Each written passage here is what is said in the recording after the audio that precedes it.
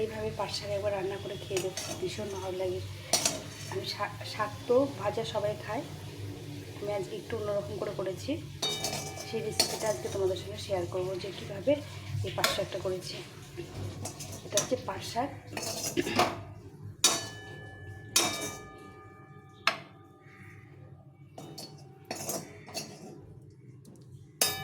গরম গরম ভাত দিয়ে খেতে ভীষণ ভালো লাগে। তো হ্যালো বন্ধুরা, তোমরা কেমন আছো? আশা করছি ভালো আছো। তো আজকে আমি পাট শাক রান্না করেছি একটু অন্যরকম করে। কীভাবে কী দিয়ে করেছি সেটা তোমাদের সঙ্গে আজকে শেয়ার করব। এভাবে একবার রান্না করে খেয়ে ভীষণ ভালো লাগে। গরম গরম ভাত দিয়ে এরকম পাট শাক খেতে ভীষণ ভালো লাগে।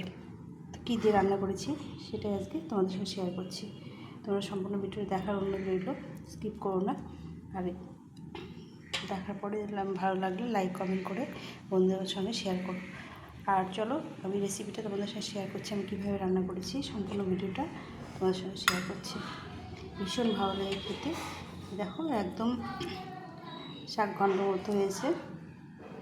আমি কী কী দিয়েছি উপকরণ এর মধ্যে সেসব নিয়ে আজকে ভিডিওটা থাকছে। তো চলো শুরু করি রেসিপিটা।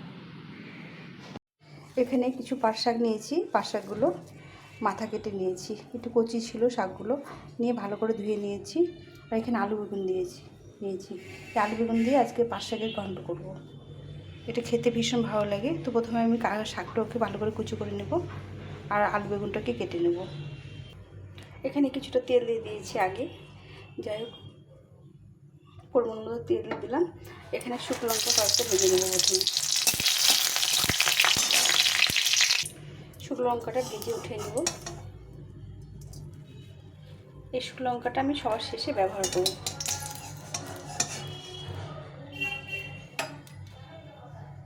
এখন আমি এর মধ্যে কিছুটা কালো জিরে ফোড়ন দিয়ে দেবো। আমি হাতে করে একটু কালো জিরে দিয়েছি, ফোড়ন দিয়ে দিলাম। কয়েকটা কাঁচা লঙ্কা, 4টে কাঁচা লঙ্কা, আর আলু আর বেগুনটাকে দিয়ে দেবো। দিয়ে এটাকে ভালো করে ভেজে নিতে হবে।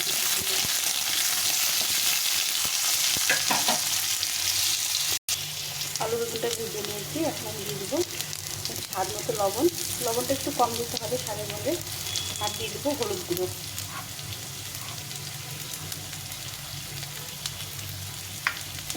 দিয়ে এটাকে আবার একটু ভালো করে ভেজে নিতে হবে। আলুটা যেন সেদ্ধ হয়ে যায় এভাবে ভেজে নিতে হবে। আলুটা অনেকটা সেদ্ধ হয়ে গেছে।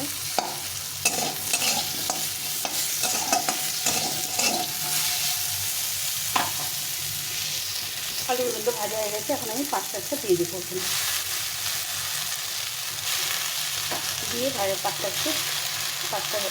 শাকটাকে ভালো করে ভেজে নেব।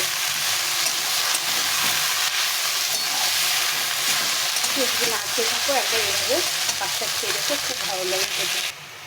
শাকটা দেওয়ার পরে দেখো কতটা কম হয়ে গেল, মনে হচ্ছে কতটা হবে।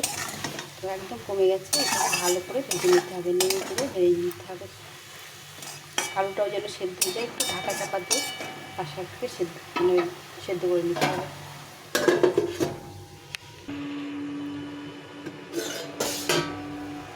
শাকটা হয়ে গেছে, সেদ্ধ হয়ে গেছে, আলু বেগুন সব সেদ্ধ হয়ে গেছে। এখন ভালো করে নেড়ে মিশিয়ে নিতে হবে।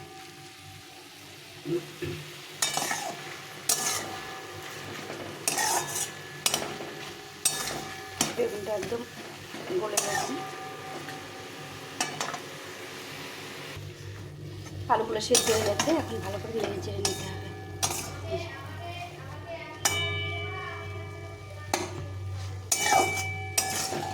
সুন্দরভাবে আলুগুলো সেদ্ধ হয়ে গেছে। এখন আমি দিয়ে দেবো এই যে লঙ্কাগুলো ভেজে রেখেছিলাম, লঙ্কাগুলো একটু হাতের মধ্যে ভেঙে দিয়ে দেবো। এই ভাজা লঙ্কা দিয়ে পাট শাক খেতে ভীষণ ভালো লাগে। এভাবে আমি অল্প করে দিলাম, যে যেরকম ঝাল খায় সেভাবে দিতে পারে। একটা সুন্দর একটা ফ্লেভার আসে এই শুকনো লঙ্কা ভাজা। দেখো আলু টালুগুলো সেদ্ধ হয়ে গেছে, বেগুনগুলো একদম গলে গেছে, শাকের সঙ্গে মিশে গেছে। আমার শাকটা হয়ে এসছে, এখন নামিয়ে দেবো। ভীষণ ভালো লাগে এরকমভাবে পাট শাকের ঘন্ট খেতে আলু বেগুন দিয়ে।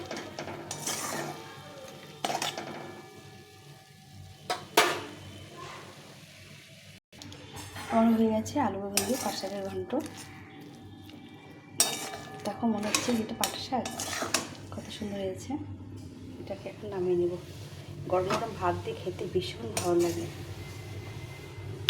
এটা একটু ঝাল ঝাল হয়েছে, আমি কাঁচা লঙ্কাও দিয়েছি, শুকনো লঙ্কাও দিয়েছি। তোমাদের যদি ভালো লেগে থাকে লাইক করে বন্ধুদের সঙ্গে অবশ্যই শেয়ার করো, আর নতুন বন্ধুরা সাবস্ক্রাইব করে বেল বাটনটা অন করে দিয়ে পাশে থেকো। চলো এখানে রাখছি, টাটা।